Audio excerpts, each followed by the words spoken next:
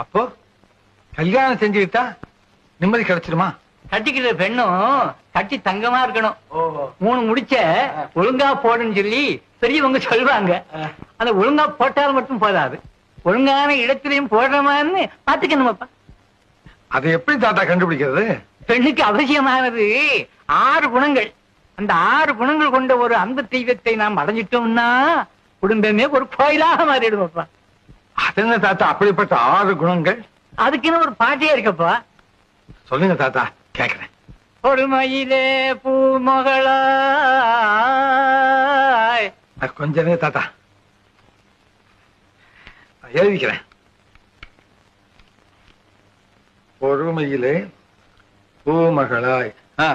அப்படின்னா பொண்ணா பிறந்தவ பூமாதேவி மாதிரி பொறுமையா இருக்கணும்ப்பா. அப்புறம் கொண்ட பேரழகில் திருமகளாய். கொண்ட பேரழகில் திருமகளாய். குட். அழகில நிச்சயம் மாதிரி இருக்கணும். பசியில் அமுதளிக்கும் அன்னையுமாய். பசியில் அமுதளிக்கும் அன்னையுமாய். சாப்பாடு போடுறதுல ஒரு தாய் மாதிரி இருக்கணும்ப்பா. ஐயோ.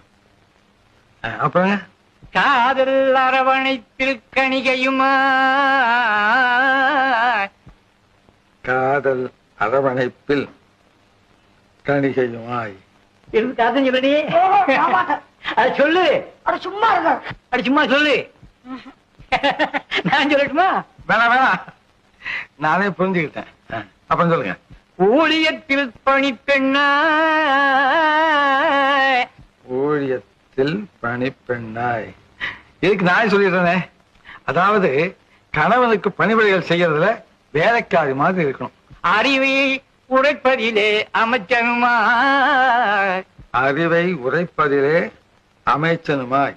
அதாவது நீங்க சொல்றீங்களா? ஆபத்து காலத்துல கணவனுக்கு ஆலோசனைகள் சொல்றதுல ஒரு மந்திரி மாதிரி இருக்கணும்ப்பா.